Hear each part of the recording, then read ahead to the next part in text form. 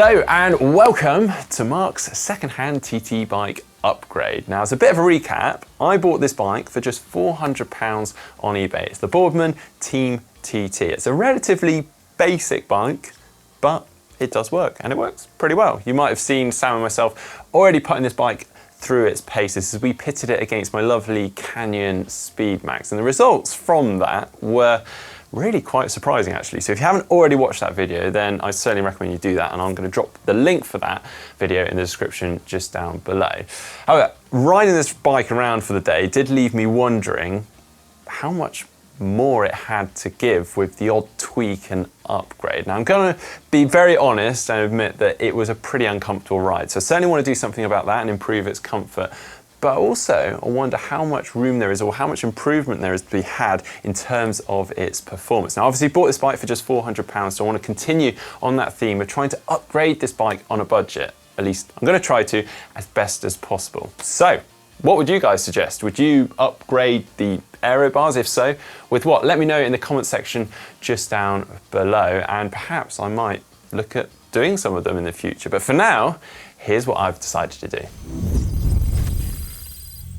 So as I've said already, I am trying to upgrade this bike on a budget as best as possible. I have, however, got one guilty indulgence that I will reveal later on. I've tried to semi-justify it though with some of the things that I've managed to hoard over the years and therefore haven't had to buy. I've also managed to get some absolute bargains online. I've been trawling eBay for far longer than I'd like to admit, and if you have been selling anything on eBay lately, then I do apologise if I've insulted you personally with any horrifically low offers, and unfortunately I am actually waiting on one or two of those items due to the joys of eBay, but hopefully you'll see them towards the end of this video.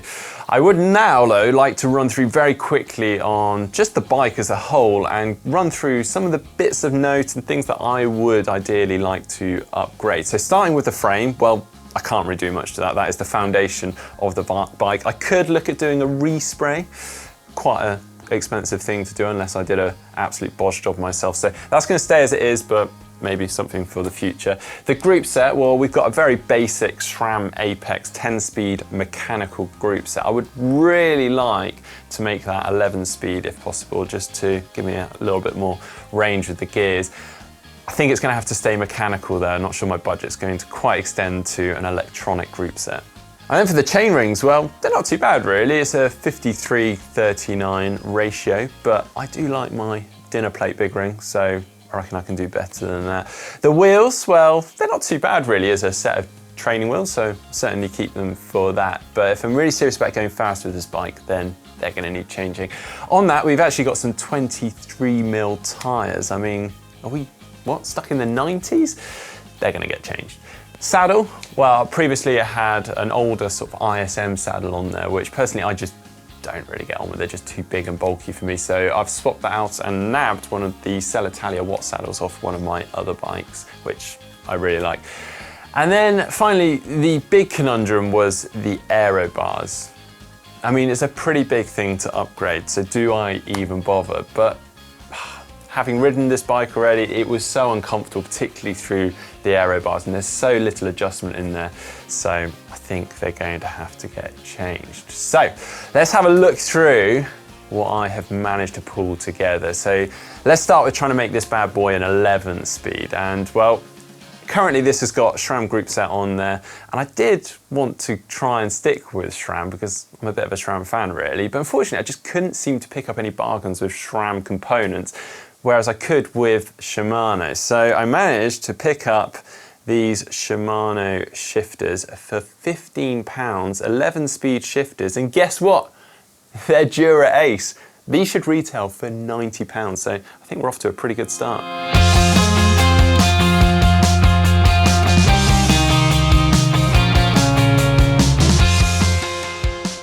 And then obviously I need a front mech and a rear mech to go with those shifters. I had to decide as to whether I go for older but higher spec or go for newer but lower spec. So do I go for Ultegra or Dura-Ace or perhaps something like 105? I decided to go for newer but older spec. So I got myself a 105 front mech, brand new, in the box for a whole £10. And then to match that, I've got a Shimano 105 rear mech that's only been ever so slightly used, but unfortunately I'm still waiting on that. But so far, I reckon I'm doing quite well. And then for the front chainring, well, I've actually kept hold of one of my old 55 tooth chainrings. I know it's Sram, but it still works with Shimano, and fortunately, it does fit. So that came off one of my old bikes prior to my GTN days. Now, that will mean that I'm running a 55 outer with a 39 inner, which is actually what I used to do. It's not what you would, or manufacturers would suggest, but it does work. It's quite a big jump. So I have also kept hold of this chain catcher, which again, I used to use on my older bike, just in case. It is a bit sloppy changing between the 55 to 39, but obviously I'll try it without first and see how we get on. So with that, I am going to have to change the chain because I'm going to need a slightly longer chain for the bigger chain ring. Now, you can't really, or you shouldn't really be getting second-hand chains if you're really wanting to improve performance, because they kind of wear into the drivetrain. So I am going to have to pay full whack and buy a brand new chain, but that's about £20, so not terrible. But to be honest, when I got this bike, the chain was so rusty anyway, so I was probably gonna have to do that and change that regardless. I have also managed to nab an Aero water bottle off one of my other bikes, so I'll be popping that on the down tube. And I also have some ever so slightly worn Continental GP 5000 tyres, which honestly, they look pretty good to me. Both 25mm, so I'll be popping them on front and rear. Now for some of the bigger ticket items. So the wheels. I'm going to be totally honest, I haven't fully decided what I'm going to do here. I mean, obviously I've got some nice wheels on some of the other bikes that I ride, so I could just swap them over, which is what a lot of you guys, I guess, would do anyway. You would swap your wheels over when you get to a race. You keep your nice race wheels spare and swap them in. I want to, if possible, avoid getting some carbon deep section wheels just for the sake of it, because if they're cheap and lacking in quality and performance, well, that's not good. So it's not just about looks with this bike. I do want it to genuinely ride well and ride fast. But I am keeping an eye out online for any bargains that are popping up. So yeah, you're gonna have to wait until the end of the video to see what I finally decide with that. Either way, you may well remember my homemade DIY disc wheel video where I made basically a disc wheel cover. And well, I made these for 30 quid. So whatever the wheels I get, they're still going to be getting a semi-upgrade on top of that too. But it's the bars that I've got to confess about. Now, in my defense, they are so important to get right, and currently they are far from right. They're very uncomfortable, as I mentioned already.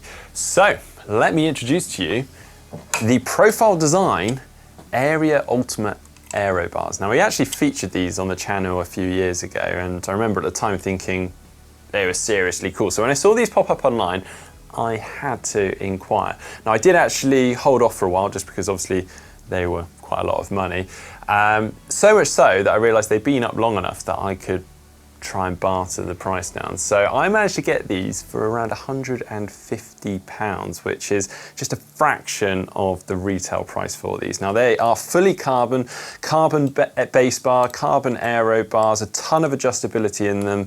They've been used, but they look almost new. And they also come with a stem, which they are an older model. They're not one of the new Aero Bars, so it means that it doesn't have the integrated hydration system. So if I do want to make this a full triathlon rig, I might have to be a bit creative with a front hydration system. But I'm pretty pleased with these and I'm excited to get them on the bike. So I think it's about time I get building.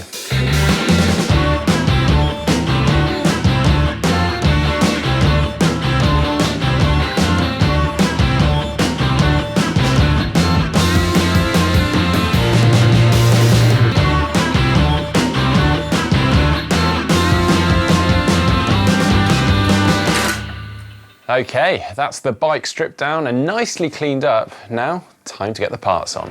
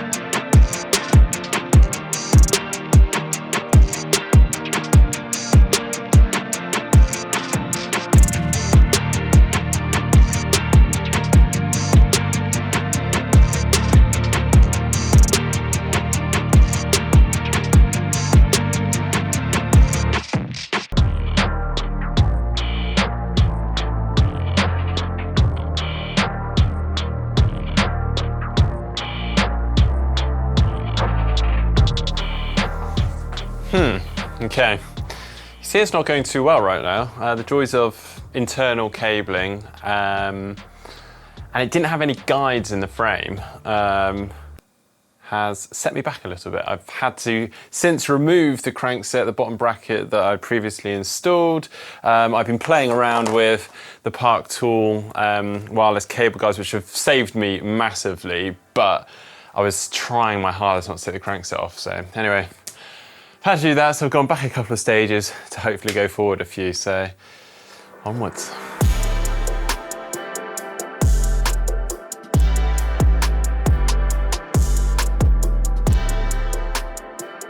God, Dottie could see me now. The carnage. Come on, mate. There he is.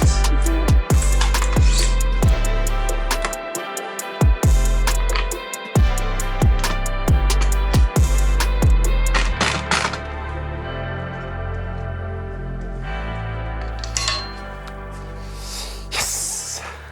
Pretty much done it now. Well. Okay, I've still got a few bits to add, chain, wheels, that sort of thing, but the hard bit, I hope, is done now. So cables all on, internally routed, which I'm slightly embarrassed how long that has taken me to do, but that is bike maintenance for you. I've also cleaned most of the setup because it's slightly embarrassing the state I've had it in. But hey, that's real. I'm sure many of you, when you're doing work at home, you have Allen keys and all sorts everywhere. So, right. On with the finishing-ish touches. Let's go. Need to reposition this. Put it up higher.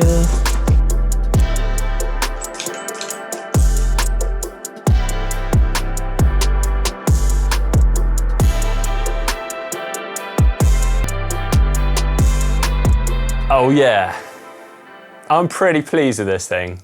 What do you guys think? I mean, when you compare this to the bike beforehand, I mean, let's remind ourselves, yeah, this thing looks the part. It looks mean. I would be very happy turning up to a competitive race on this thing. It looks very cool. It looks very aero. It looks like it's going to go fast. Yeah. Been some hard work building this thing up. I'm not going to lie. Ran into a few issues along the way, partly due to my own errors. I kind of underestimated the complications of the internal routing on this bike. And yeah, partly built the bike up, then had to take it back apart. But thanks to Park Tool, they saved the day with their internal routing tool. But obviously the main thing jumping out to you guys is going to be the wheels. When we last left off, I didn't have a set of wheels. I said I was going to try and find some, and well, none other than Ollie Bridgewood stepped in to save the day, as he has loaned me these Swiss Side 485 wheels. They're pretty old. They've got a carbon deep section to them with an alloy rim braking surface to them, but he's kindly indefinitely loaned them to me. So I'll at least be able to do what I need to with this bike before I hand them back. You of course recognise this disc wheel cover that I made myself at home. Admittedly, I haven't whacked it on very well. I'm going to need to tweak that, but yeah, again, I think that really completes the package here, completes the bike.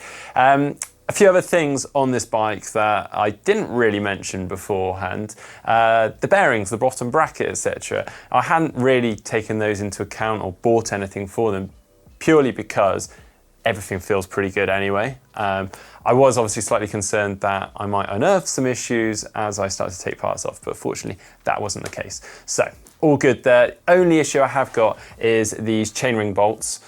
They're pretty badly corroded. I did my best to de-corrode them to an extent and grease them up, but it's not that they're going to break or it's unsafe, it's more that I might round them out on the next attempt to get them off, and I will probably be doing that sooner rather than later so they don't end up completely obliterated and corroded. Now obviously I got the Shimano 105 front and rear mix in, and I'm sure some of you out there going, why try and get a second-hand Dura Ace? I'm going to fight my corner here a little bit. I'm not making a road bike, I'm making a TT bike that needs to go fast and it needs to be aerodynamic. I don't need it necessarily to be light. So I wanted shifting that was crisp and worked well, rather than getting some older Dura Ace that are slightly worn out, perhaps comes with some issues. These were pretty much box fresh and they work really well. Only error that I have made here is that I underestimated the difference between the short cage and the medium cage. Of course, I didn't get the long cage, but the medium cage is probably a bit too long. I thought it would go well with the larger front chainring. It was a good price, and that was probably why. I think I would have been quite fine with the short cage. It's almost like a cheap man's version of an OSPW jockey wheel system. But anyway, also obviously whacked these profile design Aero Bars on. I really like them. I'm gonna obviously play around, get the position a bit better on them. Have got these little adapters that I can whack in under here, so I'll raise the Aero Bars up. Don't worry, I will be chopping this part off. That's just as I was building it up. But all in all, I'm pretty happy with this. Again, let me know what you think in the comment section down below. Is there anything you would have done differently? Taking into account, we're trying to do this on a budget, second hand and all that. But yeah, the next thing to do then is put this bike up against my Canyon Speed Max again and see how it fares this time round. Well, I hope you guys have enjoyed following this. If you have, please do give it a thumbs up, give it a like. Don't forget to give us a follow over on social media. And if you're not doing so already, give us a subscribe just down below.